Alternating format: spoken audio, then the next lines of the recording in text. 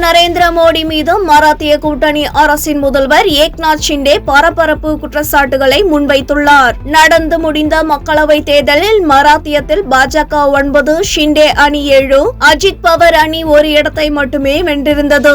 இந்திய கூட்டணி 30 இடங்களை கைப்பற்றியது. இதனிடையே ஜனாதிபதி மாளிகையில் கடந்த ஞாயிறன்று நடந்த பதவியேற்பு விழாவில் தொடர்ந்து 3வது முறையாக மோடி பிரதமராக பதவியேற்றுக் கொண்டார். அவரை தொடர்ந்து 30 கேபினெட் அமைச்சர்களும் தனி பொறுப்புடன் கூடிய 5 இணை அமைச்சர்களும் 36 இணை அமைச்சர்களும் பதவியேற்றனர். இதையடுத்து ஒன்றிய அமைச்சரவையில் ஏக்நாத் ஷிண்டே தலைமையிலான சிவசேனாவுக்கு ஒரு இணை அமைச்சர் பதவி வழங்கப்பட்டதற்கு எதிர்ப்பு தெரிவிக்கப்பட்டது.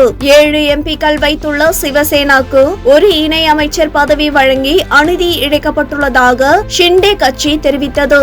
இந்த நிலையில் மும்பையில் நடைபெற்ற நிகழ்ச்சியில் பங்கேற்று பேசிய ஏக்நாத் ஷிண்டே மக்களவை தேர்தலில் 400 தொகுதிகளில் வெல்வோம் என மோடி பேசியதால் மராத்தியத்தில் பாதிப்பு ஏற்பட்டது. 400 தொகுதிகளுக்கு மேல் வெற்றி பெறுவோம் என்று பாஜகவினர் பிரச்சாரம் செய்தது.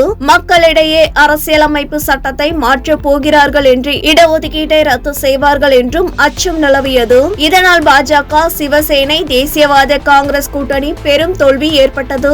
இவ்வாறு தெரிவித்தார். ஷிண்டேவின் பேச்சு மராத்தியத்தில் தேசிய ஜனநாயக கூட்டணியில் பிளவை ஏற்படுத்தும் நிலையை ஏற்படுத்தியுள்ளது. பாஜக கூட்டணியிலிருந்தே ஷிண்டே விலகினால் மகாராஷ்டிரியத்தில் ஆட்சி கவிழும் சூழல் ஏற்படும். அதேபோல் அஜித் பவர் தரப்பினரும் மத்திய இணையமைச்சர் பதவியை ஏற்க மறுத்துவிட்டனர் என்பது குறிப்பிடத்தக்கது.